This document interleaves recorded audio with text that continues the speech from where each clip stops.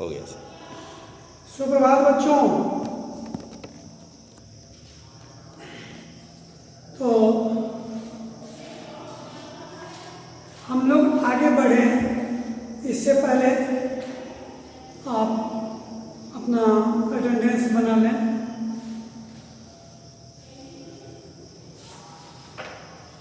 आप लोग तो बहुत भोले वाले बच्चे हैं, पढ़ने में बहुत तेज बच्चे हैं आप लोग, और चैप्टर 5 तक की पढ़ाई बार बार आपको हो रही है, पुनरावृत्ति पर पुनरावृत्ति। मुझे विश्वास है इस बार की परीक्षा में आप कुछ विशेष कीजिएगा। विशेष करने का मतलब हुआ कि और पिछले वर्ष या पिछले परीक्षा की अपेक्षा इस बार आपका जो है नंबर ज़्यादा आना चाहिए, क्योंकि इस बार बहुत रगड़ के पढ़ाई हुई है। और जरा हर्षिक आंतरिका पर ध्यान दीजिए, बस हो गया, इसी में आपका कल्याण है। देखिए, साहित्य क्या है? साहित्य एक भाषा है जो अविरल समुद्र के जल की तरह उसमें निरंतर गतिशील है, वो प्रवाहशील है। तो भाषा पर व्याकरणाचार्य महोदय लोग भी यही कहते हैं कि उच्चारण पर ध्यान दीजिए। उच्चारण पर ध्यान दीजिएगा तो गलतियां कम होगी, कम गलतियां होंगी। शुद्ध उच्चारण बोलिएगा तो आप शुद्ध लिखिएगा, और जब शुद्ध लिखिएगा तो शुद्ध पढ़िएगा। मेन है आपके उच्चारण।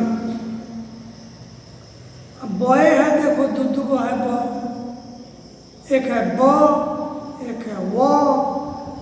अच्छे अच्छे लोग भी इसमें गड़बड़ा जाते हैं, कहाँ व का प्रयोग करना है, कहाँ ब का प्रयोग करना है, वो कुछ समझते नहीं हैं, सुरेट एकदम मार देते हैं, है कि नहीं? उसी प्रकार फ है, दो तरह से फ लिखा जाता है।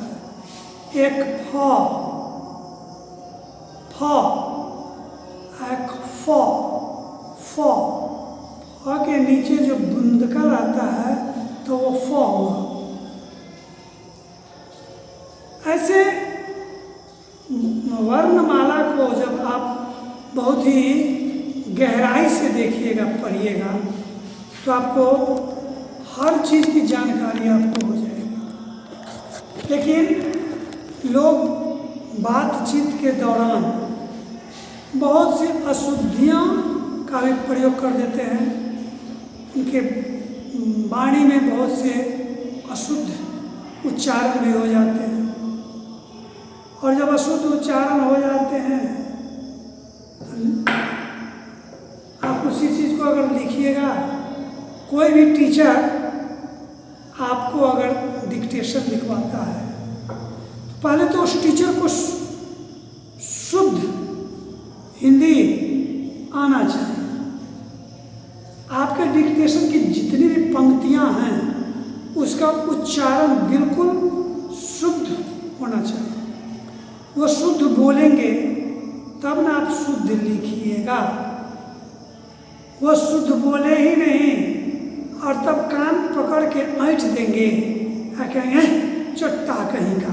इधर दीर्घिकार होगा, तुम हर्षिकार लिख दिया, इसमें हर्षुकार होगा, तुम दीर्घोकार लिख दिया। अब तुम डर से अब क्या जवाब?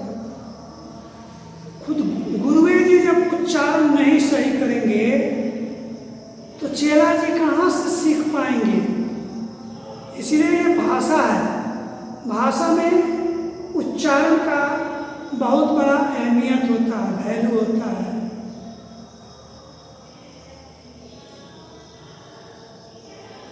तो आप हिंदी भाषा में शुद्ध लिखने का प्रयास कीजिए।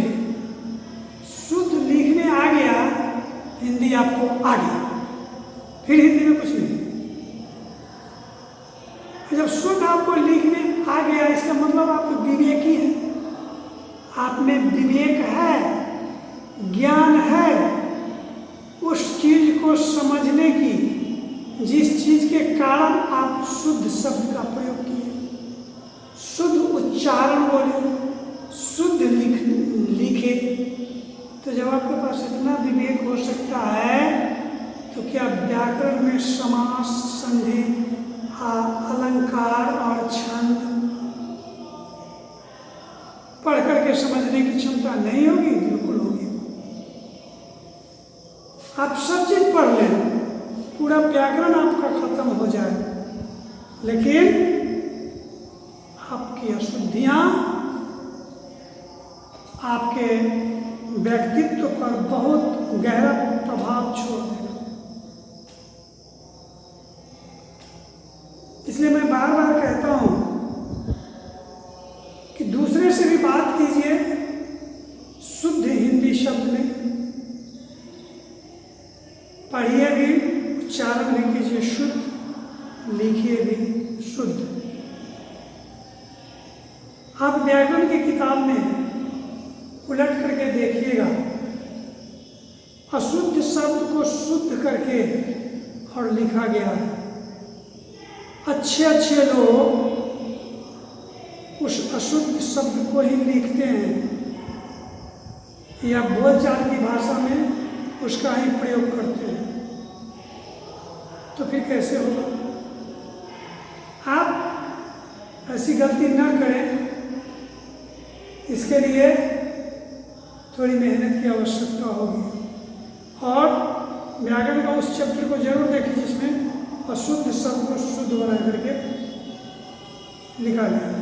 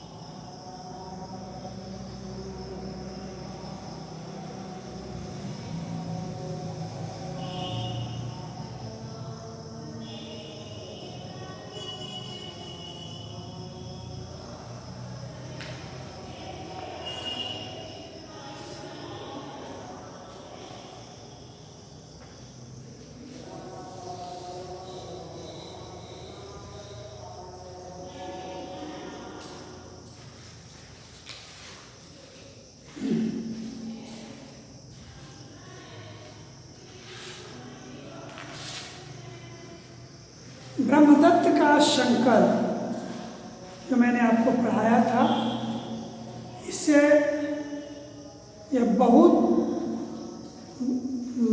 बड़ी प्रेरणादायक कहानी है। नहीं,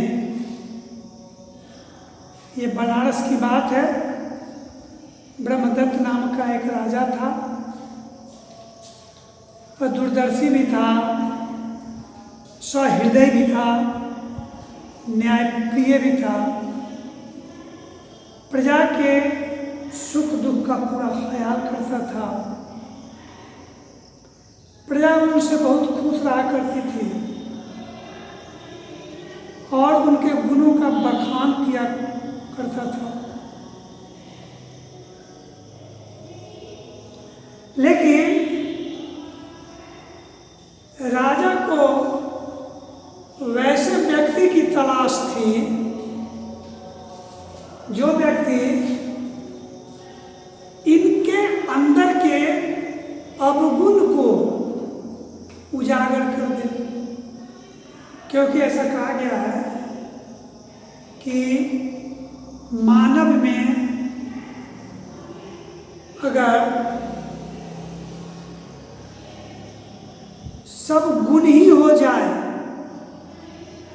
अवगुण न हो तो मानव नहीं ईश्वर के तुल्य हो जाता है।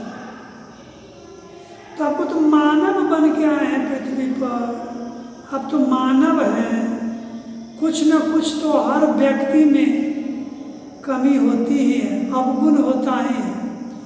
यह अगर पृथ्वी पर के कोई भी व्यक्ति कह दे कि हम में केवल गुण ही गुण है, अवगुण नहीं है, ये मानने की बात नहीं है। देखिए, काम, क्रोध, लोभ, मोह, ईर्ष्या, ये 5 चीज में कोई ना कोई चीज हर व्यक्ति के पास होता है। किसी में ज्यादा, किसी में कम। कुछ तो ऐसे लोग होते हैं जिनमें ये 5 गुण विद्यमान होता है। कहोगे गुण है? नहीं, ये अवगुण है। लेकिन जिस व्यक्ति में ये होता है वो अपने आप को समझता है कि बहुत बड़ा गुण हम में है। काम, क्रोध, लोभ, मोह, ईर्ष्या, ये 5 चीज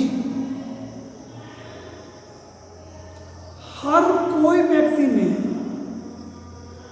5 में से एक न एक रहता ही है।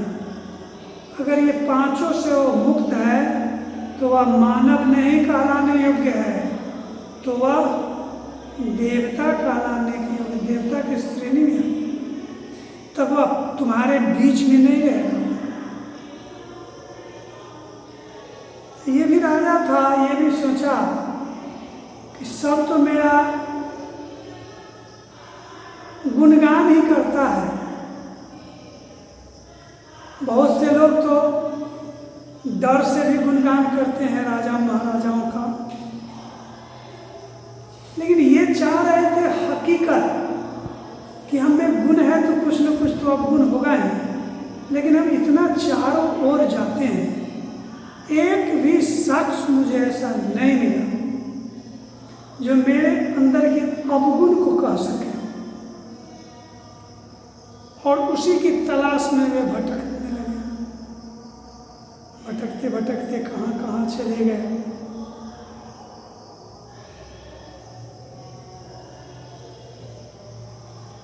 अंत में हिमालय की कंदराओं में चले गए। वहाँ उन्होंने देखा कि मुनिवर जो है सो कुटिया में तपस्या में लीन हैं। वहाँ जाकर के थोड़ा आराम किया। मुनि ने इन्हें कुछ फल खिलाए, पानी पिलाया। फल काफी मीठे थे। ऐसा फल, ऐसा स्वाद का फल वह राजा अपने जीवन में कभी नहीं खाया।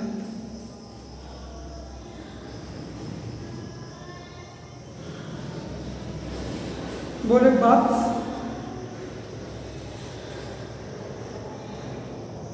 ये फल तुम्हें इसलिए मीठा लग रहा है,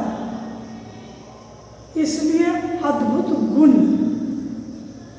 स्वादिष्ट लग रहा है कि इस राज्य का राजा न्यायप्रिय है।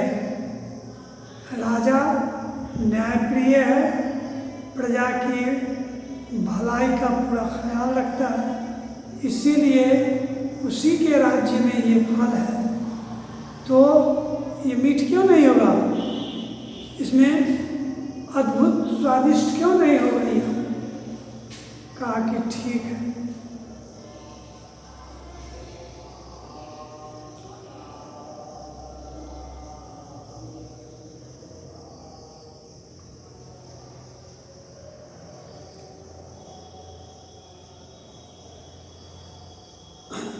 ठीक है, इतना ही बात हुई महात्मा से इस राजा की, लेकिन राजा अपना परिचय नहीं दिया।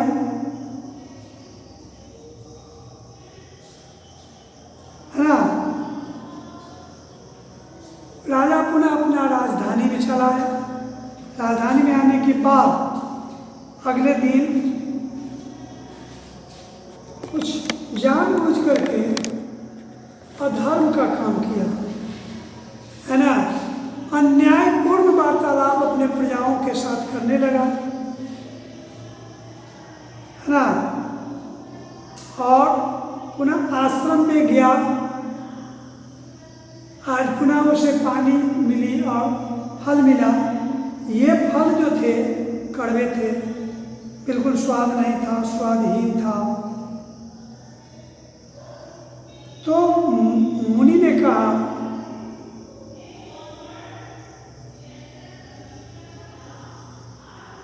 कि ये फल तो कल के फल के तरह स्वादिष्ट नहीं है। तो बोधिसत्व ने कहा कि हाँ, जब राजा अन्यायी हो जाएंगे तो उस राज्य के फल में स्वाद नहीं होंगे, मीठा नहीं होगा। तो यही कारण है कि इस राज्य के राजा अन्यायी हो गए। इस पर राजा को अपने जिस बात की खोज में वह गया था उसका उत्तर उसे मिल गया और पुनः आकर के अपने प्रजाओं में प्रजा की भलाई में फिर लग गया। तो यही है कहानी, प्रेरणादायक। तो आज बस इतना ही, पुनः कल मिलेंगे आपसे, तब तक के लिए धन्यवाद।